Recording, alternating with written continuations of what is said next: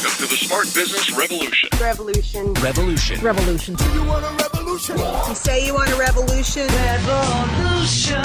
The revolution. It's going on right now. Welcome to The Revolution, the Smart Business Revolution podcast, where we ask today's most successful entrepreneurs to share the tools and strategies they use to build relationships and connections to grow their revenue. Now, your host for The Revolution, John Corcoran.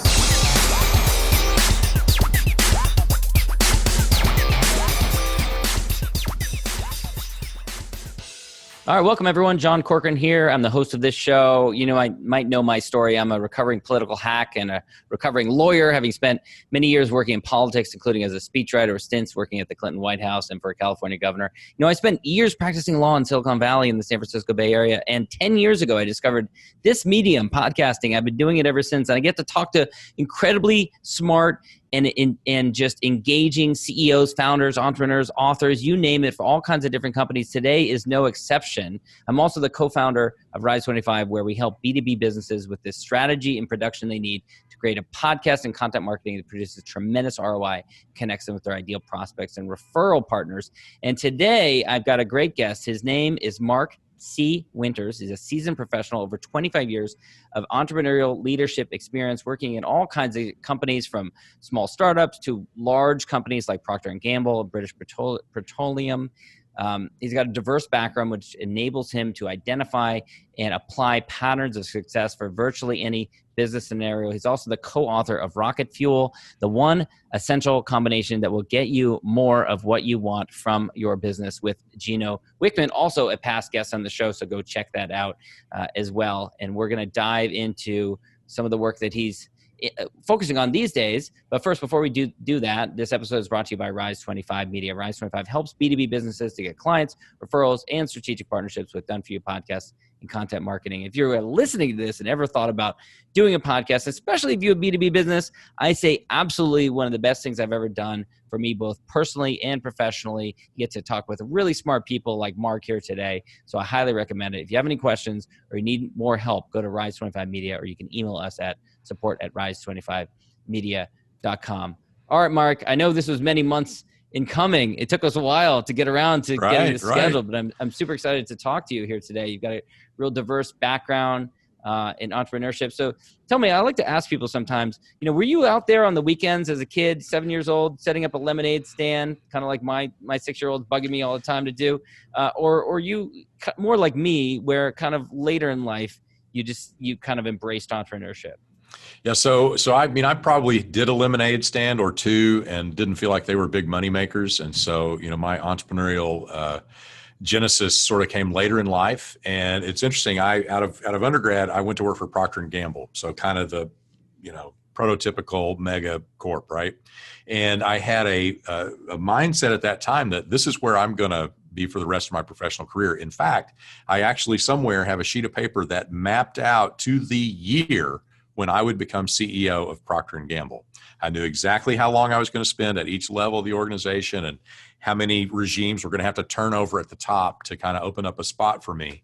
And I think when I was 43 years old, that's what I was supposed to be, was the CEO of Procter & Gamble. And then, you know, fast forward, and I had some experiences where I sort of saw what was happening to some of the other folks that were working around me when they were in their mid 40s, say, and remember I'm, you know, early 20s at the time. And they would be presented with these choices of, hey, you're a good performer. Would you like to uproot your family and move them to a completely different part of the country where we have a place for you? Or would you like to leave? And that was something that they were totally unprepared to hear, and really left them in what seemed like a really bad position to me. I thought, you know what, this may be kind of a risky thing to be in a company where your sort of future is going to be determined by somebody else completely at their whim. So I sort of had that in the back of my head. And then I was in graduate school at the University of Chicago. I'm sitting in class one day. I remember it was the strategy and tactics of pricing. That was the class. And we were doing group projects. So teams would come through and present their widget that they had invented, and it was going to cost them this much to make it. They could sell it for this much, and they thought they could move this many units. So here's how much money they were going to make. Oh, that's interesting. And then another team would come come through, and they'd found this unmet service niche in the market, and they could fill it. It would cost them this much to fill it. They could sell that for this much, and here's how many of them that they could move. So here's how much money they were going to make. And I thought, that is actually way more interesting than what I'm doing, which is moving toilet paper and diapers and paper towels and coffee and peanut butter and stuff like that through grocery stores. And so I made the decision that I was going to be an entrepreneur. I didn't know what I was going to do or how I was going to do it, but I literally, that was the moment when I was bitten, and I felt like I needed to burn my boats. And so I literally went in and quit Procter & Gamble. Probably should have talked to my wife before I did that, since we were married, and she was. What did she say when you came home and said, "Guess what, honey, I quit"? She was not a fan. Oh man. Yeah, it was, and she was pregnant to boot. So, but I had a plan, and so I went on to execute that plan. So was that Cyber Explorer? It was. Well, you're digging deep into the past. Well, Cyber Explorer, which was, according to your LinkedIn, was started in 1995, which sounds like a business that was started in 1995. Yeah, that actually sounds like it was ahead of its time in 1995, which it was. I imagine it was. So what did you do? So Cyber Explorer was a cyber cafe. It was a full-featured cyber cafe. And so the process was that my first plan was I was going to start a specialty coffee shop. And as I looked at that, I felt like it was going to be difficult to differentiate. We were living in Milwaukee at the time, and I contacted Starbucks because Starbucks was not in Milwaukee. So this is how early that was. Starbucks was not in Milwaukee. And I called them up and I said, "Hey, I'd like to, bring a Starbucks into Milwaukee." And they're like, "Well, first of all, we don't franchise. We don't need your help to do that. And second of all, we really have no interest in Milwaukee. We're focused on, San Francisco and New York and Chicago and kind of just the top tier cities." And so that's how early it was. So then I was going to start my own and just get the best real estate. So that way, when they did come to town, they would have to talk to me about the best locations. And then I started looking at how to differentiate and technology. So I found some places. I found one in London. I found actually one in San Francisco that was called the SF Net, that used to make these plywood boxes that you'd put a quarter in to access a computer, actually to access a bulletin board network. There was one in New York, and there was like some in southern Canada, and there these cyber cafes. And so I was like, this is cool. This brings technology in. That's a differentiating thing. That could be really interesting. And so I got in my car with an old video camera, Sony video camera, and a notepad, and I drove across southern Canada down through New York. And actually there was one in Boston too. There's one in Cambridge right outside Harvard. And I went to each one of these. I walked in, I talked to the owners. Hey, how's this working? What's working well, what's not? I talked to the customers. I made drawings and took pictures of kind of how they were set up. And then I came back to Milwaukee at the end of, 10 days or whatever. And I wrote up the business plan for the ultimate cyber cafe, which was Cyber Explorer. And how did it go? So it went great at the beginning. So this was my first foray into entrepreneurship. And so I had to raise money. And my big lesson that I learned there is everybody wants to talk about it. Everybody wants to see your business plan. Everybody gives you green, signals like they're going to invest, but nobody's investing until you actually clear their check. That's the only time that that they have actually invested in you. I had to sign my first lease, which it's kind of a interesting dilemma there where you're committing to the lease. I've kind of got to have the space before I can finish raising the money. And so it was kind of a chicken and egg thing where, I had to wrestle with how far out on a limb I was willing to go personally. And then in raising the money, I had a lot of it, but I had a little bit more that I needed, and I really needed it to kind of close the lease deal and kind of get this thing going. And so I took some terms on the last chunk that were probably some terms that I shouldn't have accepted, and gave someone something that's called negative control covenants. Being an attorney, you probably know what those are. Well, why don't you tell the audience, for those that don't know? So negative control covenants. That's an easy way of dodging that question, by the way. So you'll be familiar with it when I tell you. So basically it seems safe because they can't make you do anything. But it's a list of things that if you want to do any of these things, their okay is required to be able to do them. So what? There must have been some deal breakers in there. Well, then. there was about, 20 things on that list. But again, at the time in my brain, I was like, Just need the money. no big deal. I need the money. They can't Yeah. tell me what to do, right? And if I need to do any of these things, surely they'll go along with it. So fast forward, we get the deal done. We launch it. We open it up. It was awesome. We got this retail space. We had 20 different high-end computer workstations inside this thing. So high-end back then was a Pentium 133 with a 20-inch monitor. So imagine the front of a 20-inch monitor, and it was twice as deep as it was. Massive monitors, yeah. Massive. We had these little things called a See You See Me camera that sat up on top so we could do video networking. Wow. And then we had That is very advanced for 95. Right, yeah. right. Yeah. Then we had all of the workstations actually networked together, so you could come in and we could put a CD game into any of those, and you could play it from any other station. Yeah. We had a T1 line. Wow, that is super advanced. Mid 90s yeah. T1 yeah. line, right? So we're super fast. Gamers would come in here just to play their games on our connection speed because it was so much faster. Huh. And then we built a software system to control the interface. So you'd pay 29.5 cents a minute, to get access to the stuff on the computer. You could order from the coffee bar. So I built essentially a Starbucks in a store. So the guy who did go forward and kind of built the Starbucks in town, I partnered with him and said, look, dude, I don't know how to do this. Why don't you come in and show us how this works? We'll brand it your brand, and kind of give you some pub, but you help us kind of run this operation. So he did. So he had an awesome setup there. And that in itself was a really smart decision rather than trying to tackle that end of the business as well. That was not going to be our expertise. Yeah. And he was the best I could find at it. He was really good. And so, yeah, absolutely. That worked out very well. They made us our own blend. The only place you could get that blend was from us. And so then, as I'm watching this thing kind of roll out, a couple of cool things happened. One was anytime the media had a story on internet, which was, all the time, yeah. they needed a backdrop that kind of made sense for it. And so they'd come shoot them at our place. So cool. we were on the news and, news magazine articles, all this kind of stuff. Everybody was coming and doing that at our place, which was cool. Mm. I would watch the behavior of people using these workstations on the login and pay 29.5 cents a minute. And what I saw was they would log in, do whatever they were going to do. There's lots of things they could do. And then they'd log off and then they'd talk. And so they were being really careful about how much time they were spending online. And that really wasn't the vibe I was after. I wanted it to kind of be easy. I wanted them to try new things. I wanted the grandparent and the grandchild to be talking together, and maybe the child teaching the grandparent kind of how things worked and showing them stuff and all that. And so I thought, all right, how could we release that constraint? How could we get them to do that? And so I was thinking of other pricing models, and the pricing model that I landed on was a health club. You got this big expensive equipment that people don't have in their homes. You've got other people there to show you how to use it, which we had, and it's sort of social. You're talking to other people, and there's interaction that goes on. That's kind of like us. How do they price? Memberships.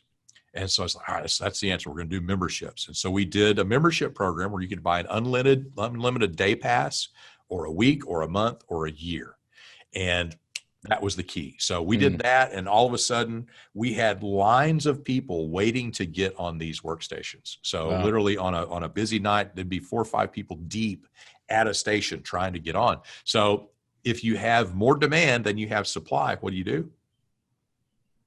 Change your pricing. Raise the price, right? So we started raising the price. No problem. But we still had that level of demand. And so I got to the point where I basically doubled the price. Wow. And we were still holding on. So this is all great, right? We've got good signals. People are using it. They're liking it. We're getting lots of media exposure. So back to the business plan, and this being my first rodeo, and you look at the business plan and you find that Mark had a little bit in there for working capital reserve, but not a lot.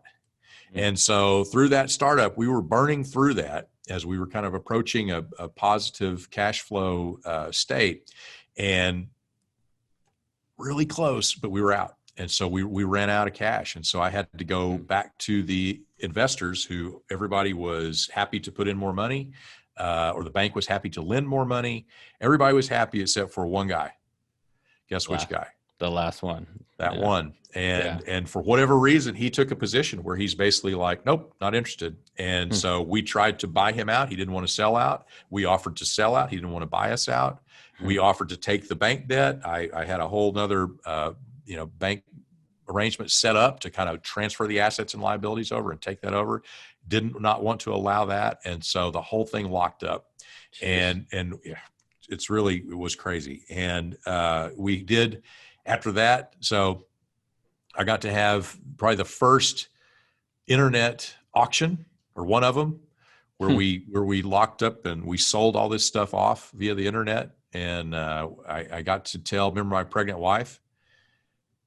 Well, that child was born during this whole process, and then she was pregnant with our second son. And so the meeting with employees for, telling them that, gang, this isn't going to work. We're going to have to shut down and everybody's going to have to go. She's standing there with me, pregnant with that second son. Oh man. And so, it was a hard one, but lots of lessons. How do you pick yourself up off the pavement after that? If you have a setback like that? It's just raw have to. Mm-hmm. And, bless her, she stuck with me and, trusted that I would be able to find a way to kind of navigate out of this. And it was really focused on about this far in front of you right now to figure out how to get as much out of this as we can. So we limit the hit that we're taking and then kind of jump in and figure out what's next. And, at that time, just telling you really, she was like, you're done.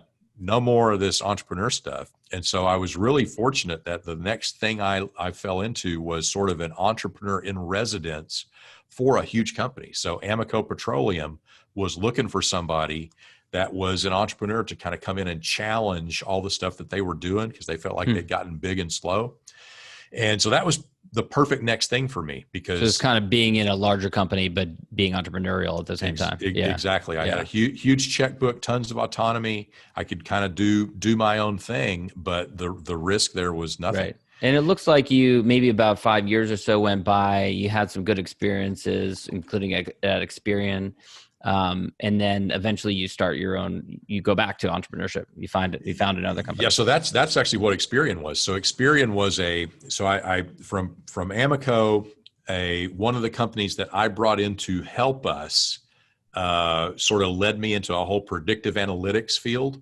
Mm-hmm. And that led me to a small startup company out of Los Alamos, New Mexico, which we then grew and sold to a big public company on the West Coast. And I was part of that. And then I came out of that and I hooked up with another one of these people that I'd brought in at Amoco, who was he was a legit rocket scientist, like these people I'd been with in Los Alamos. And so I partnered with him and we started another company that was focused on helping retailers and restaurants do site selection, which was one of the problems that I had faced using high-end analytics like, artificial intelligence and genetic algorithms and all kinds of really interesting stuff. And so then we built that company up and sold that company to Experian. Mm-hmm. And so that was another good one. And then we were talking beforehand about you acquire a bike company, right. And interesting timing too. Yeah. So, some people tell you, the quickest way they can think of to lose $1 million is to, get in the bike business. And so unfortunately I never met that person before we did that one, but, so I was a big into cycling and there was a high performance, bicycle manufacturing business that was in Texas. And I knew about it, knew the product, had used the product, had lots of friends that did. And so got into that and actually had built a really nice business model. We're selling high-end, high-performance custom bikes, $10,000, $12,000, $15,000 bikes. But like 2008 happens. 2008 happens. Your order list all of a sudden they're like, we're watching the news, and I'm not sure we should be spending that much money on one of these bikes. And so they just kind of started drying up, and so we had to. It is interesting though. It is interesting to see because a lot right now, this crisis compared to that crisis, a lot of these outdoor recreation companies actually are thriving because it's a totally different type of crisis. But people are stuck at home and. It's impossible for people to get bikes these days, to get bike carriers, anything related to outdoor recreation is doing really well. I don't know if a $12,000 bike company is doing well, but maybe on the lower end. Yeah, I mean, economically though, this is a whole different situation than 2008. 2008, the widespread nature of the economic impact, it was just, it was a whole different deal. But you're right. I mean, there's lots of demand creation for outdoor activity products. Yeah. But the strata we were playing at with those bikes was, it was the tippy top of folks that, basically they can spend whatever they want to look good and go fast right.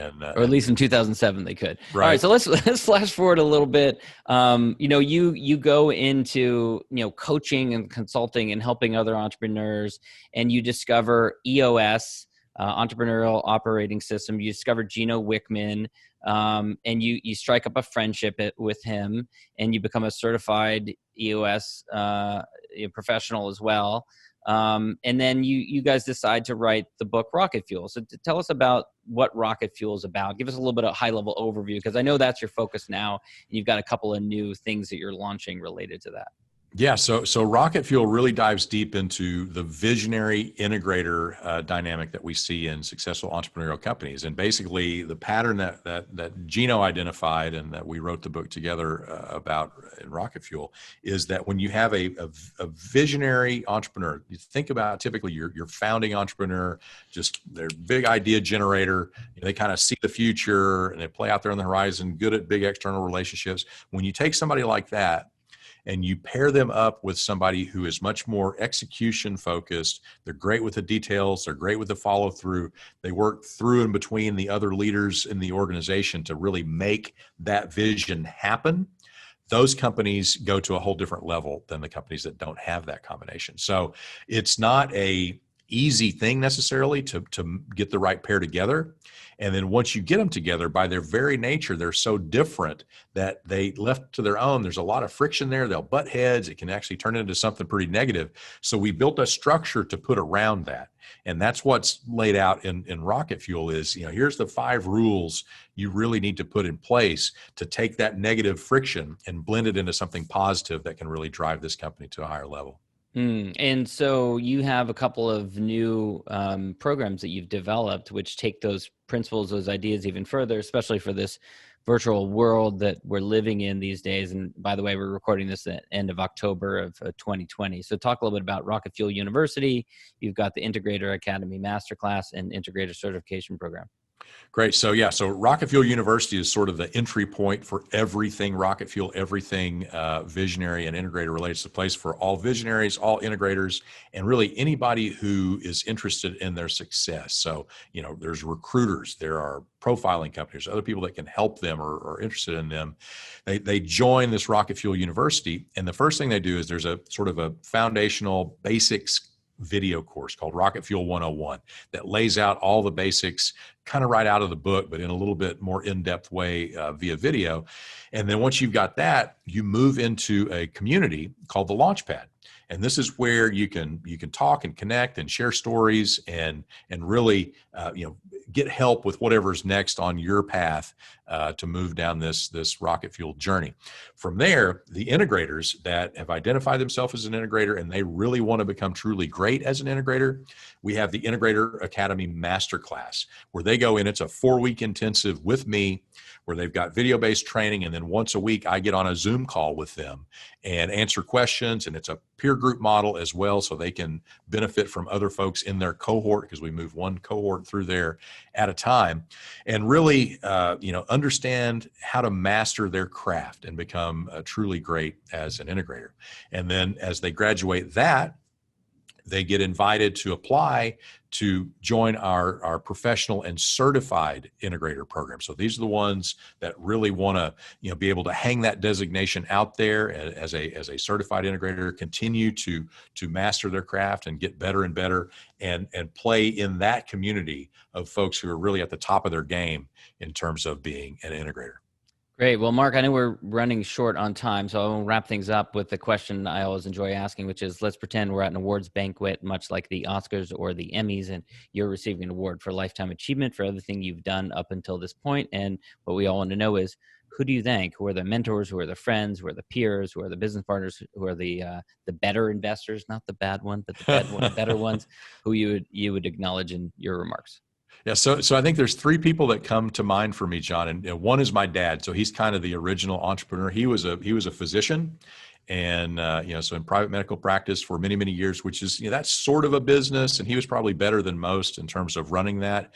But he was also had a ranching business, real estate development. He was always kind of looking for these other things that he would start and get involved with and make happen. So I thank him for giving me that exposure at a young age.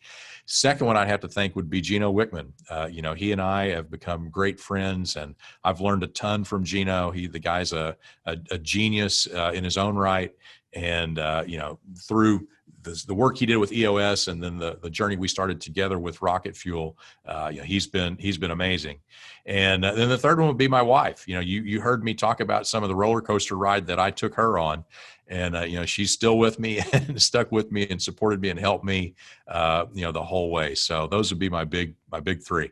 Great. And I actually have a copy of Gino's book, Yeah, Entrepreneurial Leap, right fantastic. here. So, yeah, Entrepreneurial Leap. Go check it out. All right. So where can people go learn more about Rocket Fuel University? And I know you have another book coming out that's going to be coming out soon, Exponential Freedom. So that'll be cool to keep tabs on as well. Yeah, so I'd say markcwinters.com for kind of everything I've got going on. And then the related site is rocketfuelnow.com for everything Rocket Fuel. And then I'm at Mark C. Winters on pretty much all the socials. So however you want to get to me there, that's how to find me. Perfect. Thanks so much, Mark. Thanks, John. Great to talk to you. Thank you for listening to the Smart Business Revolution podcast with John Corcoran. Find out more at smartbusinessrevolution.com. And while you're there, sign up for our email list and join the revolution. Revolution. Revolution. Revolution. And be listening for the next episode of the Smart Business Revolution podcast.